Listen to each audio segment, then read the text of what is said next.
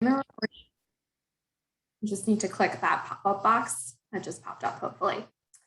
Next, we know there's a lot of questions about ARPA. We're hoping folks can type your questions into the chat box during today's presentations. We're going to get to as many as we can, so please just drop your questions in the chat as they arise.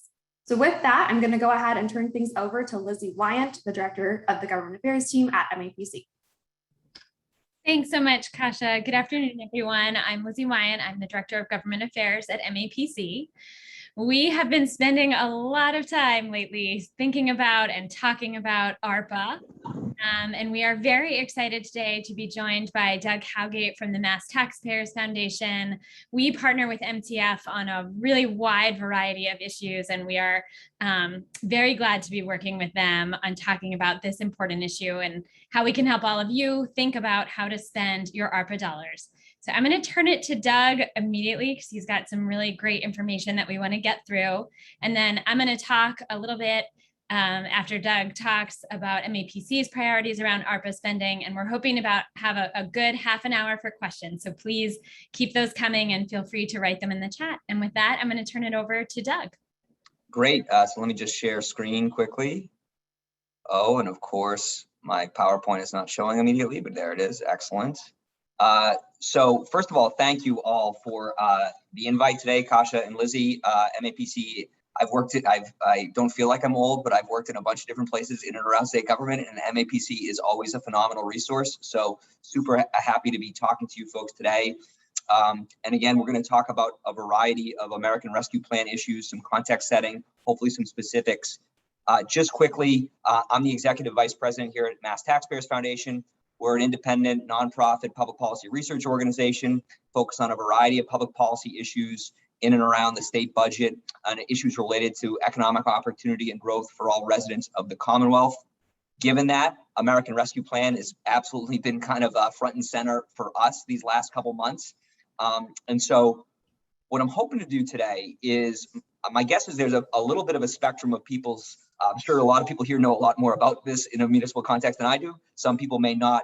So what I'm going to try to do is focus on some contextual factors that hopefully will be of general interest, and then delve into some specifics. What I will say is there's like 70 slides in my appendix that, don't worry, I'm not going to go through, but happy to talk about whatever in the Q&A. And if there's stuff I don't get to, happy to honestly rely on Lizzi's expertise as well, because she has been a huge resource on this. So going to start with a bit of an overview, kind of federal context of previous action, look a little bit at kind of how the American Rescue Plan works in Massachusetts, what it means for our cities and towns in a couple of different ways, look a little bit about what we know about what's happening around the country, and then kind of some closing themes. And so the first thing we try to highlight as we talk about this, because I think it does get lost sometimes in many of the discussions, tendency to be laser focused on fiscal recovery funds or the American Rescue Plan, which is totally appropriate, right? It's a lot of money, it's very flexible, hugely important for you folks. But important to remember, American Rescue Plan makes up less than 40% of the total federal response to COVID, right? 5 massive bills. Not only are there 5 massive bills, each one of them brings billions of dollars directly to Massachusetts and its communities. They each have a bunch of programs that are targeted to many of the things that my guess is your communities want to spend money on, right? Housing, infrastructure, early education, K-12, you name it. There are dedicated programs in those areas. There's a lot of overlap between the bills with ARPA, with existing state programs, and tons of the money from previous bills is still floating out there. Tons of the money from ARPA unrelated to fiscal recovery funds is still out there. And so one of the things we just recommend is it's important to kind of take a wider view of what you want to accomplish, what resources are out there, and how they fit together.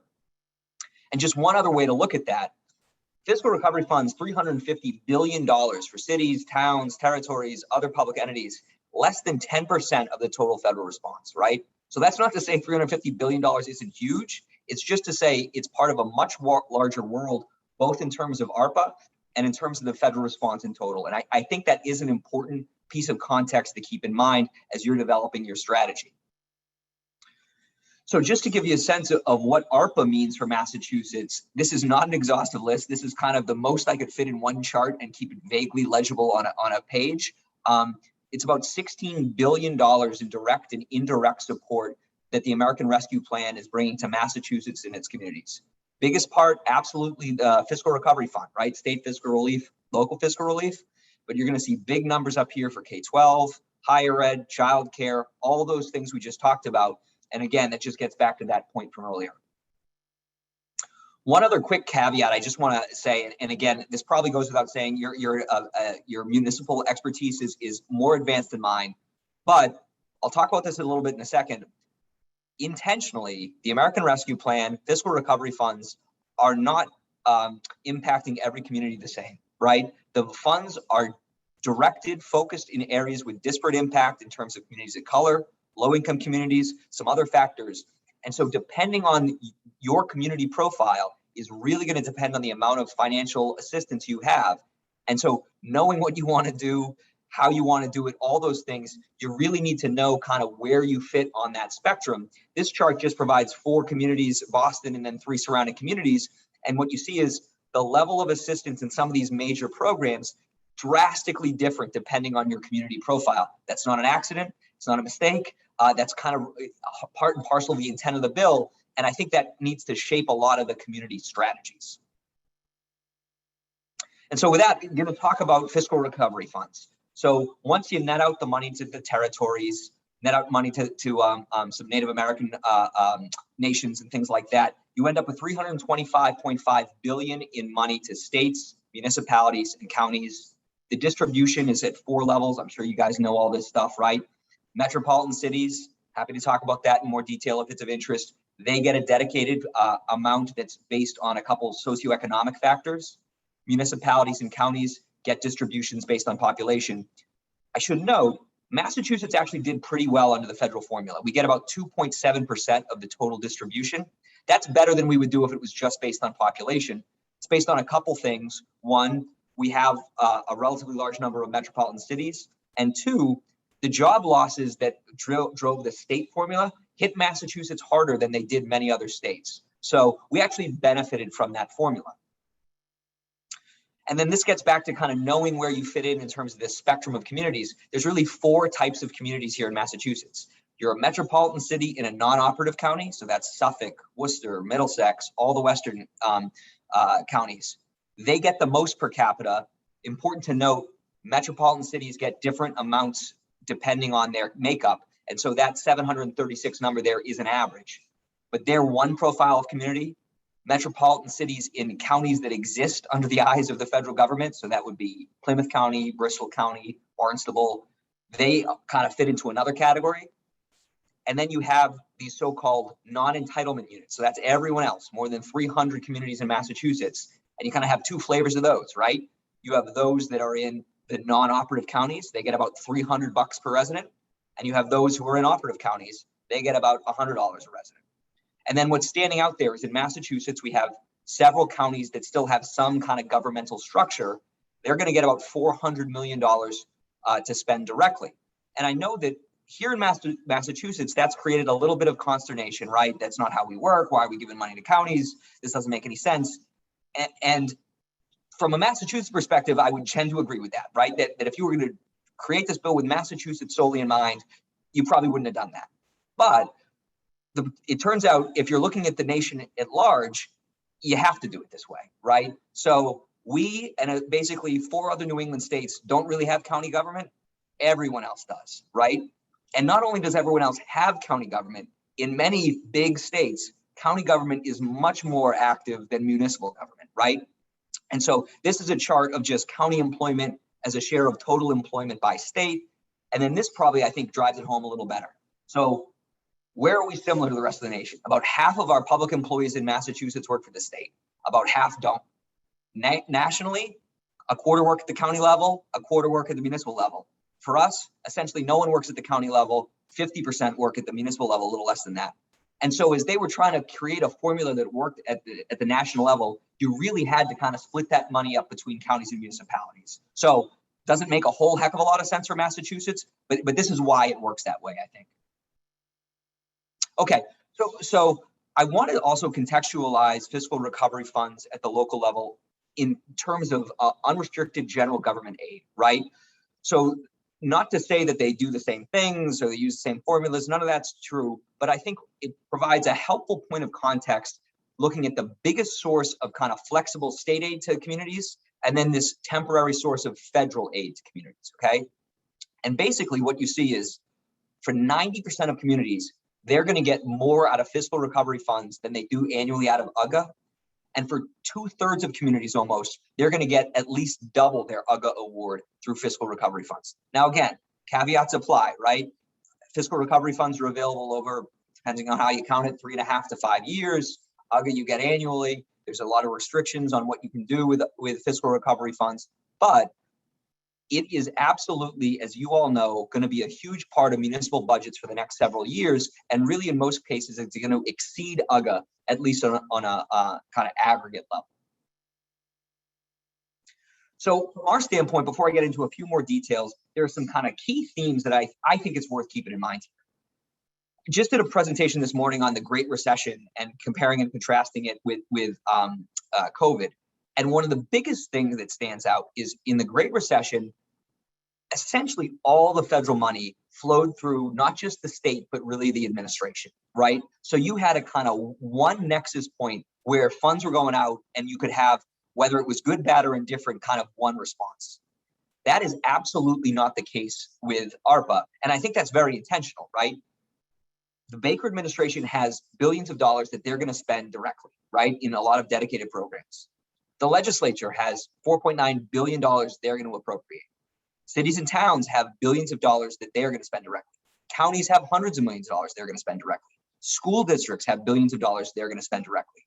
All on largely similar goals, largely similar things. And again, I think that's absolutely intentional about trying to drive the money down to where people most know what is needed, what they should spend the money on. But it's going to create some major coordination challenges, right? Without a doubt, because you have a bunch of different people acting. Another coordination challenge is there's a lot of overlap between different programs, what you can do with FRF funds, other federal programs, other state programs, right? And then I think another real challenge is that this money is temporary-ish, right? So if you had to spend this money by the end of this year, I think it would be very cut and dry for the state, for the communities. Hey, we got to put this money in something that is going to benefit us now and not have a long fiscal tail. But because these funds are available for several years, the fiscal sustainability concerns are absolutely true, but you have the money for a long enough period of time that it makes it a little difficult to kind of make those trade-offs in real time, right? And I think that's going to create some challenges. One other thing I would just note quickly, there's a real kind of information asymmetry issue here at two levels, right? One, we're constantly waiting on the feds, their guidance. We now have their guidance on FRF, though I'm sure we'll continue to get updated FAQs. But in terms of a number of other federal programs, we're still waiting for the feds, right? So that's one level where we're waiting for more information. The other one that I think you notice more and more is you folks are waiting to see what the state does. K-12 is waiting to see what DESE says. The state's waiting to see what municipalities do, right? You've got a lot of kind of uneasy standoff as people figure out, well, are they going to spend money on this thing or am I going to need to do it? And how does that all work together? And I would say that's one element of the process we haven't yet come to a good kind of equilibrium on yet. So we've been over who gets it. I'll go over how it can be spent in a second. And again, my apologies if this is super basic stuff for many people. Timeline, basically you have until the end of 2024 to obligate your money. You have the end of 2026 to spend your money. Who controls it? We've already seen this play out at the state level. There's no, it's kind of up to a lot of the states and municipalities to figure out a process for who controls this money and what process goes into that appropriation, right? I think the states kind of come to terms with how to do that there. For municipalities, I think it varies a little bit between the type of municipality you are. Okay, so again, happy to delve more into detail on these in the Q&A. In terms of the 4 categories of spending that are on the slide here, one, important to note, the same 4 categories apply to everyone. If you're a non-entitlement unit, a city, county, state, same 4, okay? There's no different rules with a couple minor exceptions in those things, okay? The 2 I want to highlight here, not because they're more important or anything like that, but because I think they are the most kind of constructively flexible, are revenue replacement and mitigation of public health and economic impacts. Those are the 2 that as you're trying to align these funds with your strategic objectives, you're probably going to want to look at those 2 as how do we make the money work within the defined rules we can use in those two criteria. In terms of things you can't do, the list isn't that long, right? Basically, the feds want you to spend the money to help today, right? So don't replenish your reserves, don't pay down future pension liabilities, don't pay ongoing debt service costs. But aside from that, it's pretty flexible. One important caveat, this revenue replacement, that's the only category that has kind of a cap. The other ones, you could spend all of your money in that category if you wanted to. Revenue replacement, the amount of money you can spend there is subject to a calculation I'll talk about in a second. And then there's a tax cut, I wouldn't even say prohibition, but limitation at the state level. I'm not going to get into that because I don't think it's particularly germane for you folks, but it's there. So revenue replacement, you can spend that on provision of government services. Basically, with a couple exceptions, anything government does, you can do with that money, okay? Even you hear oftentimes about like, well, you can only spend it on water, sewer, broadband infrastructure. That is not my read at all, and I don't think that's other people's reads. You can't spend the money on debt service through revenue replacement, but you could absolutely, and in fact, the Treasury guidance explicitly allows you to pay it on pay-go capital for infrastructure, and there's a bunch of other ways you could think through of trying to get this money into infrastructure projects that are outside of water, sewer, broadband. So one of the challenges when the bill came out was there wasn't a lot of detail in terms of what to spend it on, talks about that, but also, okay, how do I figure out how much revenue replacement I have? Now, the work I've done on this at the municipal level is a little dated. I did it a few months ago, so so you folks know more about this than I do. At the state level, the federal guidance on that revenue replacement calculation was really quite generous. Basically, what they said is we want you to figure out what revenue you would have collected absent a pandemic compared to what you got. The difference is your revenue replacement, right? But the assumed growth rate, they allow you to grow your kind of counterfactual revenue by at least 4.1%, which is pretty generous. And they allow you to capture a bunch of revenues that you really wouldn't normally think of as revenues that are contributing to any kind of budget crunch we have. So now at the local level, where you're much more dependent on a specific, highly constrained revenue source, namely property taxes, I haven't looked recently at how that plays out. But for the state, at least, it allowed for a pretty significant revenue replacement figure in that first year. One of the challenges with revenue replacement, especially in terms of planning, is you can't know right now how much revenue replacement you have in total over the course of the American Rescue Plan, right? They make you do that calculation annually over the course of the bill. Your number's not going to go down, so you don't have any kind of downside risk that way. But especially at the local level and that interaction with property taxes, you'll want to do some modeling to see how much is this revenue replacement cap likely to grow, and what happens if we have strong property tax new growth or things like that. It could really impact that number.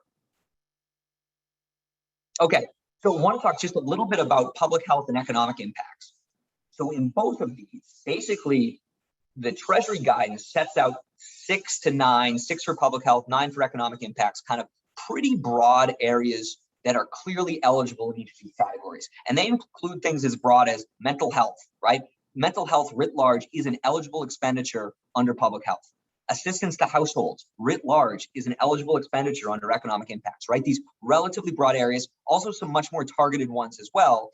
But it's worth looking at these, and I have it in the slides. I'm not going to go through them in detail.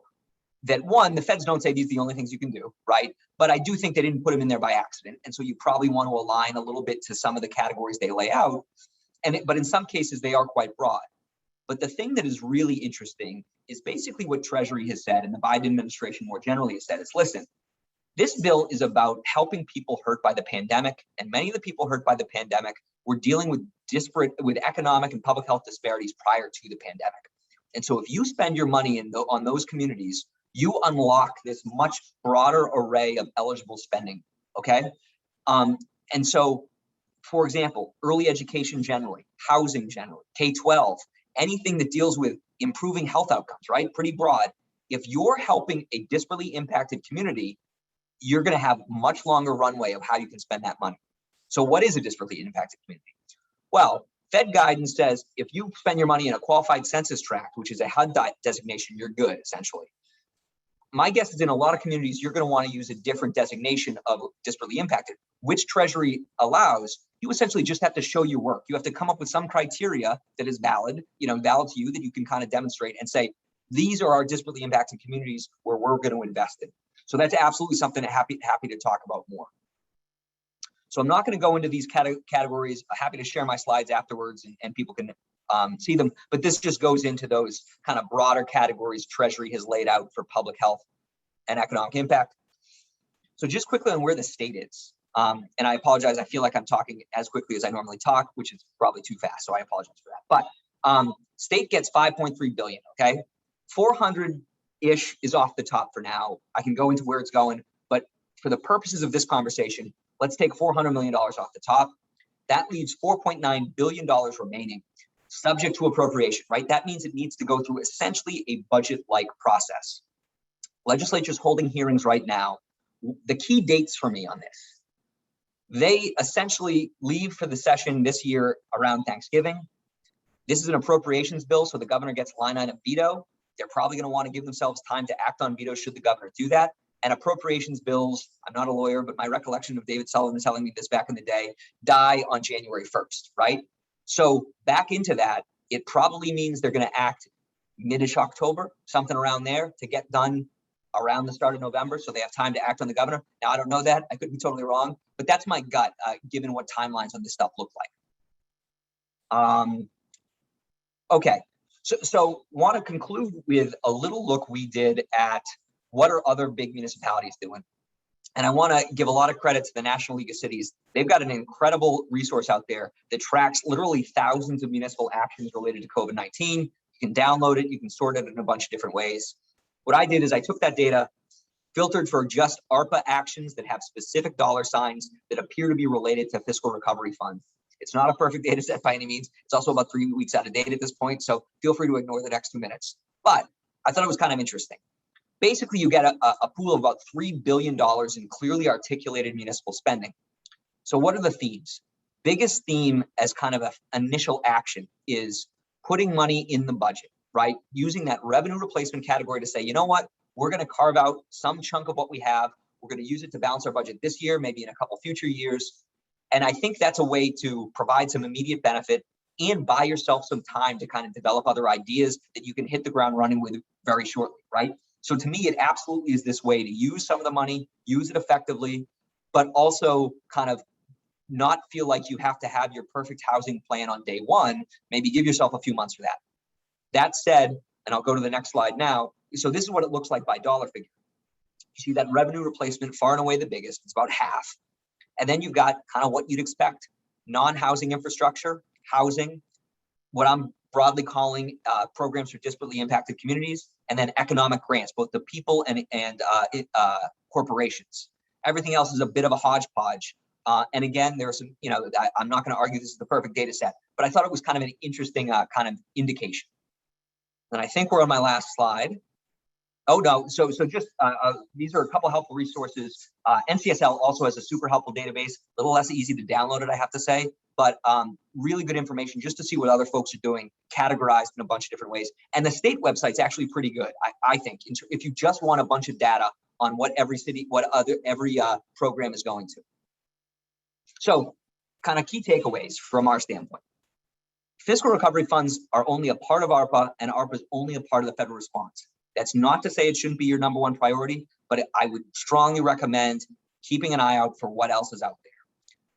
The process is going to continue to be a work in progress. You see this with the appropriation of the state money. I think they did the right thing of delaying a little bit, but I can imagine all the frustration at the local level and any other levels that, listen, we got problems now. We need a plan out there, right? But that kind of delay is going to be a part of this process. Coordination is going to be a huge challenge, right? And I would expect, if I worked for the state, I would want to come up with ways to try to incentivize state and local money to work together, right? Matching grant programs, things like that. And so I wouldn't be surprised if you see an attempt to go down that road. For the most part, every other program, so housing, K-12, childcare, for the most part, a lot of those targeted money, you need to go directly to the state agency, or in the case of K-12, as you folks know better than I, the school district. And then I would also say that this idea of using fiscal recovery funds to kind of augment or build upon other ARPA programming, I'm pretty confident you're going to see that at the state level. My guess is that's a strategy to pursue at the local level as well, because that's probably where the state's going to pool resources, right? So if you're looking to do stuff, you think of homeowner programs, you think of rental assistance programs or eviction diversion programs, tying into that state money may turn your dollar into $3, right? And I think you're going to see a lot of those areas to potentially build on other resources out there. So I am going to stop sharing my screen and apologize again for speaking so quickly. And that's it. Thank you so much, Doug. That was an excellent, just really excellent presentation and a real wealth of information. I'm just going to run quickly through what MAPC's priorities are for spending ARPA dollars. Doug, I will just note there are a few questions that are asking for clarifications. And if you wanted to go ahead and answer some of those in the chat, you're welcome to while I'm talking. Don't feel like you have to, though. We will have time for questions. All right. Let me put this in presenter mode. Great. So just again, wanted to kind of run quickly through, and can folks see my slides? We're good.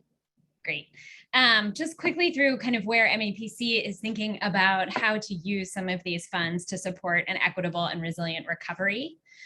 We kind of, even in the advance of ARPA actually moving, we published our priorities as we were looking ahead towards recovery. I think, they broadly fell into 3 themes, which was about improving workforce development and small business support, aligning these recovery investments with our existing climate, housing, and transportation goals, and then thinking about improving connectivity and access and building digital and public health infrastructure, because at MAPC, those were some of the things that we were helping our cities and towns with the most throughout the pandemic. So this is kind of where we landed in terms of our priorities around spending ARPA dollars. And I do feel like they align pretty closely with where MTF is as well on expenditure. We definitely feel like cities and towns and the state should be thinking about how to address structural inequity and think about lifting up those communities that were most deeply impacted by COVID. And like Doug said, there's a lot of flexibility in the guidance to make those definitions at the local level. And we're glad to see it, because it means that you can actually expend dollars to impact the residents in your own communities that were most impacted. We really strongly feel like these ARPA investments need to align with these existing goals. A lot of you have already created master plans, housing production plans, transportation corridor plans, economic development plans. You should spend your dollars to invest in those things that you've already identified as priorities, because you already have some cover there from residents in your communities and support. We feel like it is very important that we actually strengthen some of our existing programs. A lot of you set up really impressive food security programs during the pandemic. A lot of that happened overnight. It was amazing to see. And we think ARPA dollars should strengthen those existing programs, but then also pilot some innovative ideas. So maybe around food security, we're looking at making investments in some of the upstream ways to address food insecurity in our communities. And then we do feel like some of these expenses should be made relatively quickly, but at the same time, I think, to Doug's point, it's important to be thoughtful about how we're making these expenditures so that they can actually go as far as possible. And then the last piece, again, related to something that Doug said earlier, is that there are a lot of ongoing COVID expenses. I don't think any of us really anticipated the impact that Delta would have, particularly on things like the start of the school year. We are urging the state to take on a lot of those ongoing COVID-related expenses, because we're very worried that if we push that back onto municipalities, we'll actually see some disparate response specifically around COVID. So we are urging the state to take on a lot of those expenses. We would invite you to come with us and urge the state to spend some of the money that way too. Some examples of possible expenditures of COVID dollars, just kind of wanted to outline some pieces here. So again, in that first example is a way we can align some of our housing and our climate goals together. Thinking about grant opportunities for local businesses and Main Streets organizations. We are currently doing a lot of work with our communities around bridging the digital divide, but again, using ARPA dollars to actually get to that sort of workforce development piece, but also digital literacy issues. And then I actually even saw a question in there about how we're working together with other communities to think about how we're expending ARPA dollars. One way to think about that is particularly around shared public health services. And particularly as it relates to ongoing COVID mitigation, we don't need each municipality to take that on necessarily by themselves. These are some of the things that we are already doing at MAPC. So we are leading an application. As Doug indicated, there are a lot of other ARPA funds available. So we are leading an application for the Economic Development Administration's Build Back Better program. More details on that coming soon, but we are working with a number of communities to talk about that. We're working with a number of our existing coalitions to kind of find out what some of those regional priorities look like. I did see this question about how do we help some communities to work together and incentivize a regional approach to ARPA dollars. And we are here to really help you do that and think through some of those questions and come together on a project or types of projects that actually would complement each other with neighboring communities. To that end, we're working with a number of communities, like I said, around digital divide, a number of communities on the North Shore to help them in their federal reporting requirements. And then I'd say the thing that we're probably spending a lot of time on right now is this idea of doing community engagement. And I did see a question about this in the chat, doing community engagement to engage residents and bring them into the process. We would not necessarily suggest that you do that with all of your ARPA dollars, but I think it is important to engage the community and residents in thinking about how to spend a portion of those dollars. And our community engagement team is working directly with a lot of communities to do a pretty robust engagement process, but also is kind of putting together some best practices, and we'll be following up about that to kind of help communities think about how they want to do engagement. So I'm going to stop there. And I think that's my last slide. Yep. And turn it back so that we can do some questions from all of you. So let me quickly get to our question slide and see what we have. Just 1 second. I hid it from myself. Excellent. All right. Doug, I just wanted to see if, as you were going through questions, there was anything that was kind of coming up as a theme that you wanted to delve into really quickly. So two things I would say quickly is, one, there are a couple questions about that $400 million off the top. And I provided an answer generally. The one thing to note, and I can include it in the slides I send around, is basically half of it goes to the governor for him to spend without appropriation. I think the legislature probably intended it to go to like specific public health stuff, but I think the governor used a more maybe broad construction of the language and is spending it on a variety of kind of COVID recovery things. He's essentially indicated how he's going to spend 186 of it, and it goes to stuff like workforce. It goes to stuff that people may be interested in, so can send that around. The other question that Lizzie, you would have a great sense of as well is this idea of how does a small community kind of know what else is out there for ARPA aside from fiscal recovery funds? And so I don't know, I thought that was a question that was definitely a great question. I don't know if you want to take a stab at that. I'm happy to answer as well. Yeah, I mean, we are working to put together, because ARPA, like Doug said, was such a big piece of legislation, and there are these other opportunities, particularly grant opportunities to take advantage of. And I'd say, right off the bat, we were worried that some of our smaller communities would have a hard time taking advantage of those grants, just because it is, like Doug said, there's counties across the country that are fully staffed and well able to pay attention to those things. So we are compiling all of those different grant opportunities. And we would encourage you, if you're not in the MAPC region, we would encourage you to work with your own regional planning agency to kind of think about how communities might come together and apply for some of those, or work together in a public-private partnership. The Treasury is really strongly encouraging public-private partnerships and even academic public partnerships to think about how to get some of those grant dollars. So we are doing some of that work at MAPC as well. Did you want to add it there, Doug? Yeah. The only thing I would say is there's two ways to approach it, right? There's what's out there and what do you need? And I might start with the what do I need standpoint. And so if you call A&F or local community organizations in your region and say, hey, what's out there for housing, or what's out there for infrastructure or home energy or things like that, that might get you a more crystallized answer more quickly than just kind of what's the panoply of all the stuff that we could pursue. That's absolutely worth doing as well. And there's resources, especially at MAPC, that is a great place to kind of see what's out there. But I would also consider starting from the, like, what are some of the things you want to do?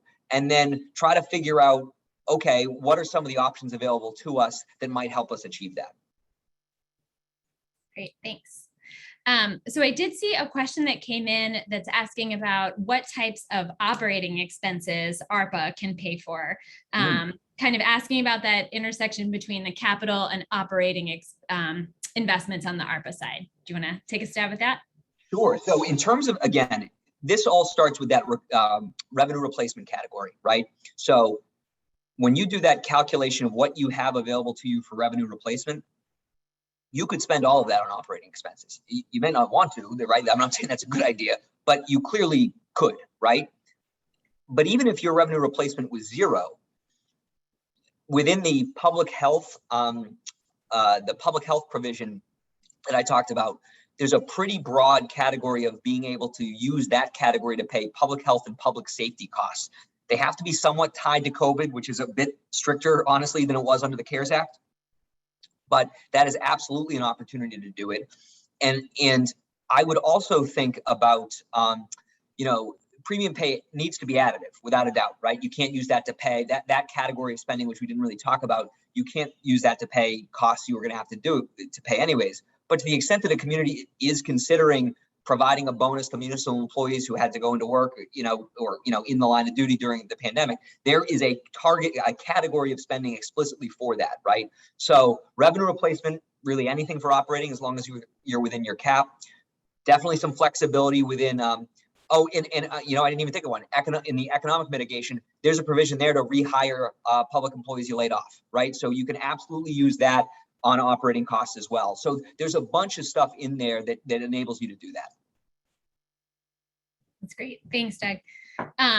Kind of related to that is a question asking you to expand a little bit on how revenue replacement money can be used for non-utility capital. Yeah, and so I would say this is kind of a growing area of research and work, right? So explicitly eligible, you could spend every dollar you get on water, clean sewer, state revolving fund, broadband. You could spend every dime on it and you would be totally good. That is not to say that that's the only infrastructure stuff you can spend it on, right? So there are a couple ways to think about that. One, again, under that public health category, you can clearly use that on some infrastructure costs related to like HVAC improvements in public buildings, improvements related to a pretty broad spectrum of things related to the public health safety of public infrastructure, right? So that's one place you can do it pretty straightforward. But then under revenue replacement again, they say you can't use the money to pay debt service, right? So essentially you can't bond against your fiscal recovery fund money, right? Which would be a bad idea anyways. You can't do that. And they don't want you to take your existing debt service obligations and just use your fiscal recovery funds to pay that off. But absent that, there's really no restrictions on, well, I'll read it again.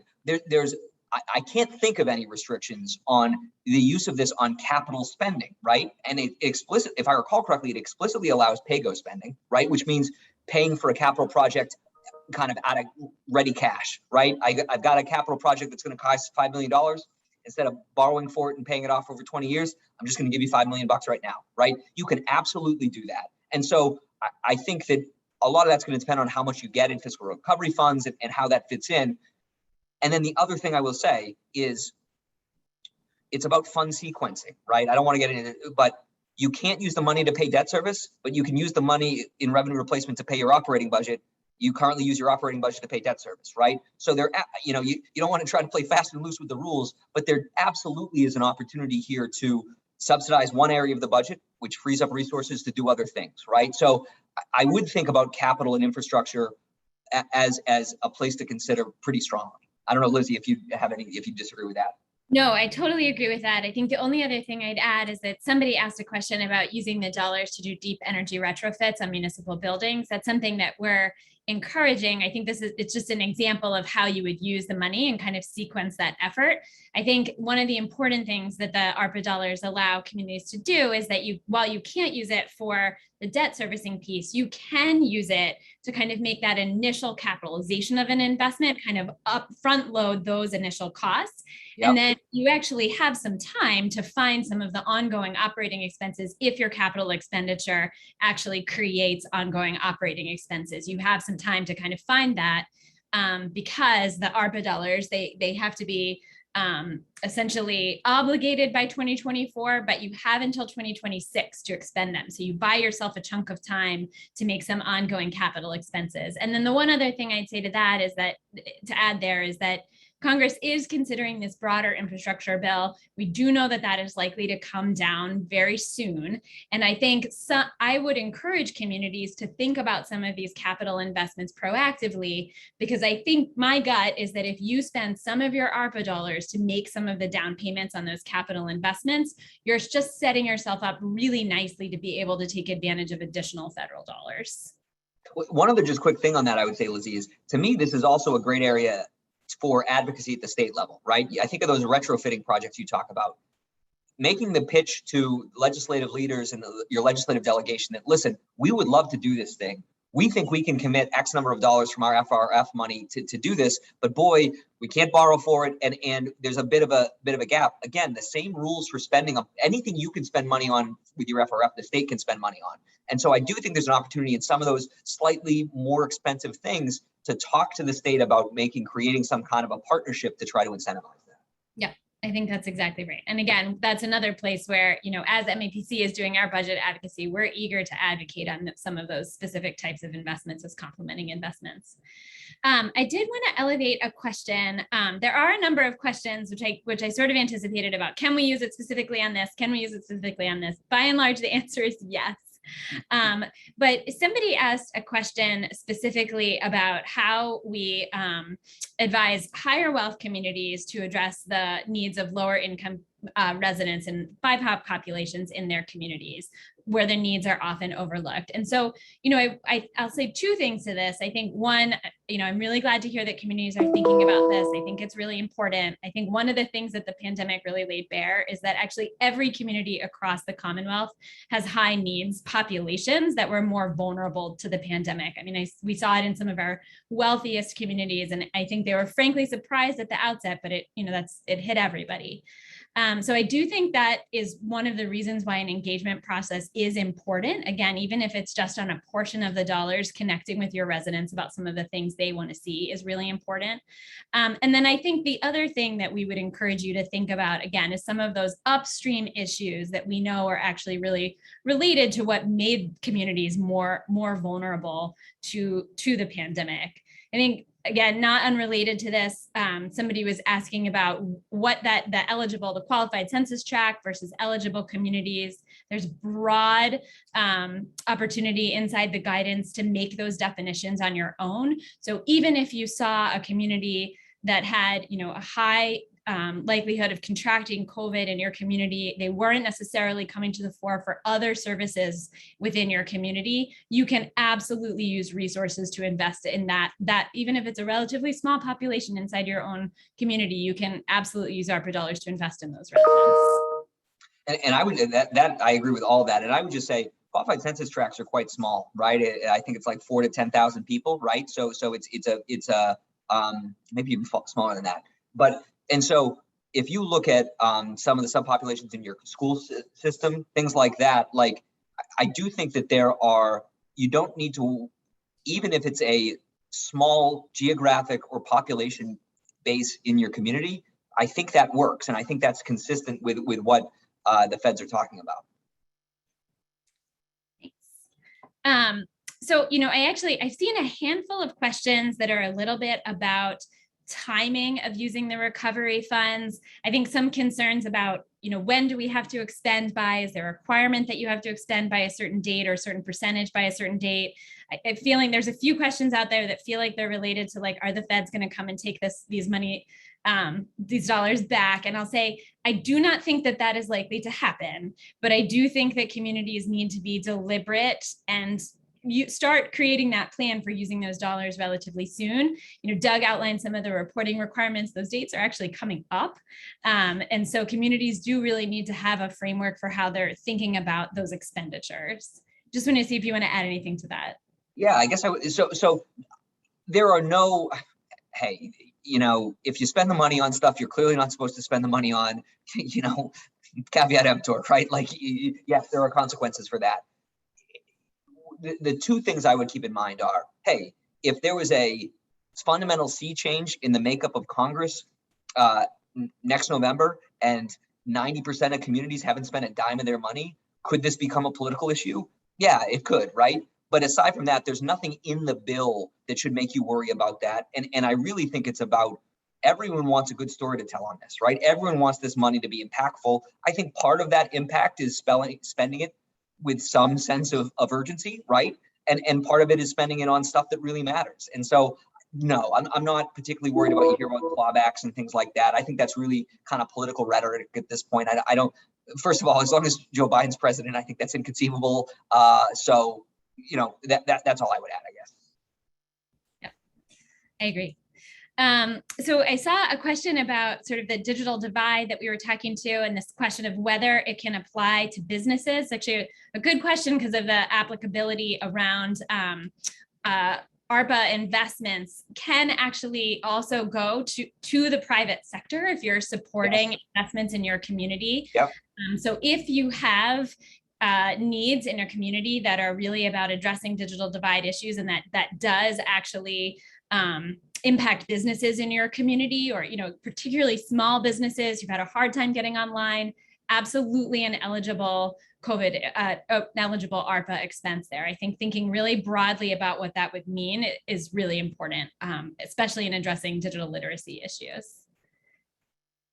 I'm going to add to that. That's That's great. And then, I saw a question that's probably, again, kind of most germane to MAPC, which is this question around how we give residents a say, how we think about doing that community engagement. And again, we are doing a lot of that work with a number of communities that are really trying to think about how we do that outreach. I think, honestly, it can take a lot of forms. I think some communities, particularly communities that didn't get a huge chunk of dollars, have spent a lot of particularly their first year of dollars, because the money came to municipalities in 2 tranches.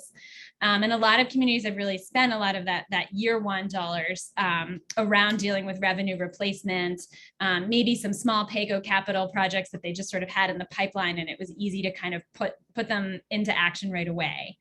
But I think particularly thinking about those year 2 dollars and how we actually spend them in a way that has a meaningful impact in our communities is hard.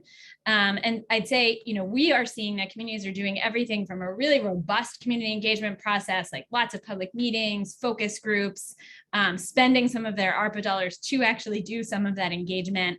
And then other communities are sending out surveys or holding listening sessions at a portion of a public meeting. So I think there's a wide array of ways to do that engagement. And I think it is important to do some engagement with a portion of the dollars that communities are getting. And we are very eager, and our sister RPAs around the Commonwealth are very eager to help communities think through what that engagement would look like. Excellent.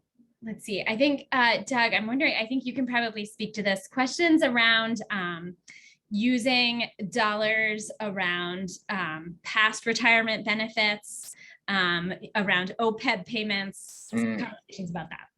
Yeah, so the language about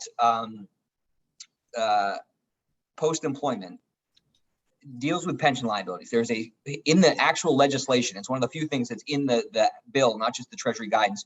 You cannot use this to pay for pension liability. I will take another look on the OPEB piece. I don't recall seeing that in there. I will say, that's one of those things I would do a little conversing with your congressional delegation, with some other folks before you decide that that's a big thing you want to do. But again, the bill itself refers specifically to pension liability. And I think now that there is something in the IFR about other long-term liabilities. Lizzie, maybe you remember this. I can take a look and follow up. So I don't recall something specific to OPEB, but let me go back and look. Yeah, my gut is that it still would be considered a use that you couldn't really use. That said, the guidance does specifically say that if you are staffing up, if you are making hires, and particularly because you had to lay people off, you're starting a new program, and you are making hires that come with pension obligations, that you may use ARPA dollars to pay those new hires. So it's another one of those places where, again, the timing of the expenditure really matters. And thinking creatively about using your existing funds versus your ARPA dollars. I think that to me is what it feels like. There's some flexibility in there, recognizing that communities might have needed to make some new hires as it related to COVID. Thank you. That was a much better answer than my answer. Oh, and then Sandy Pooler is coming in with the knowledge that says that OPEB spending is okay if it's related to COVID. I think that's that nexus there. Exactly. Yep. So I think we're coming close to time, and I did see some questions and some conversation in the chat about how we can help communities think a little bit more broadly about working together, sort of this question around a regional approach, which obviously an MAPC sweet spot. But, Doug, you talked a little bit about how the state might be thinking about some of its dollars and potentially complementing some of the local money. I wonder if you can talk a little bit about that, and then I can talk about that regionalism piece. Sure. So I think that as the state is trying to think about how to use this money, I know something that people are talking about is kind of how do we make sure the money kind of moves in the same direction to try to accomplish shared goals, right? And there are a couple of places where it's pretty easy to see a potential nexus, right? Water infrastructure is a way you could spend a lot of money real fast on a real need that has impacts on especially a lot of gateway cities and places like that. And I know that folks are kind of kicking the tires both in Massachusetts and other places about, can we set some of these up as a matching program to say, hey, state's going to pay 50%, you guys pay 50%, or to me, a better way to set it up would be a certain percentage of your FRF funding, just because, as we saw in some communities, FRF resources, if you're not a metropolitan city, they're just not that vast that you're going to be able to afford huge investments in new areas, but kind of requiring both the state and communities to put a little skin in the game towards the same efforts. And I think there's a bunch of different places, especially in the capital realm, but also in housing and even early education, as they're looking to move down those directions to try to do that. And so if you look at the governor's bill, the bill he filed on the 2.9 billion he filed, it doesn't explicitly kind of lay out state local matching stuff. But if you read, I think there's a lot of room for that to exist within what he talks about, right? And I think that's something you're going to see people continue to pursue. Yep, I absolutely agree with all of that. I think that's definitely coming down. I think, cities and towns need to be working together, having conversations, particularly thinking about how to make some of these investments together. I think, one of the things that we saw a lot during the pandemic was that every single city or town, for example, was trying to figure out how to address communications to their residents. And in the end, MAPC took some of that on and said, why don't we help create a communications effort that all of you can use? And I think we need to learn from some of those lessons and actually engage in some more of the shared services models and kind of regional approach. Again, a number of our communities on the North Shore are thinking about how they work together to address water issues. I think some communities in what we call the MAPC Magic Region are thinking about how they can help support existing transportation and shuttle options to make some of those first last mile connections, make it easier to people to get to jobs, kind of a workforce development issue. And I would encourage that all of you to engage in those conversations with your neighbors, and then also to engage in those conversations with us, because we really stand stand ready to help all of you think about how you can work together and make some of those regional and multi-municipal expenditures. And then we are going to be watching very closely to see how the legislature passes this ARPA legislation. We're hearing that they might try to do something before Thanksgiving. I think that timing would be good. And I do expect that they will attach some policy mechanisms to whatever ARPA spending bill they pass. And we're going to be watching those very closely, and we'll be sure to get all of that information back out to all of you. Can I just say very quickly, and I know another area though, so it may not all be stuff that people love, right? In terms of, I think of public health, that an organization like Mass Taxpayers, I'm sure there's going to be an interest in trying to kind of regionalize some local public health systems and things like that, you know, opinions on that may vary around the state, but I think that you could see that regionalization focus in a number of different kind of contexts, from capital stuff to also kind of trying to approve places where we have 351 different service delivery models right now. Yep, I think that's right. Well, thank you all so much. I want to extend a heartfelt thanks to my friend and colleague, Doug Howgate from the Mass Taxpayers Foundation, for joining us today. I know that there were a number of very specific questions. I think we might actually try to put together an FAQ document to send that back out to everyone. I think Kasha's putting our contact information in the chat. If folks have any questions and they want to reach out to us, you are welcome to. And we'll be sending out the slides as a follow-up to everyone who couldn't make it today. And again, if you have any questions, please feel free to reach out to us. Thanks. This was great. Thanks so much, everyone. Thanks, everyone. Bye.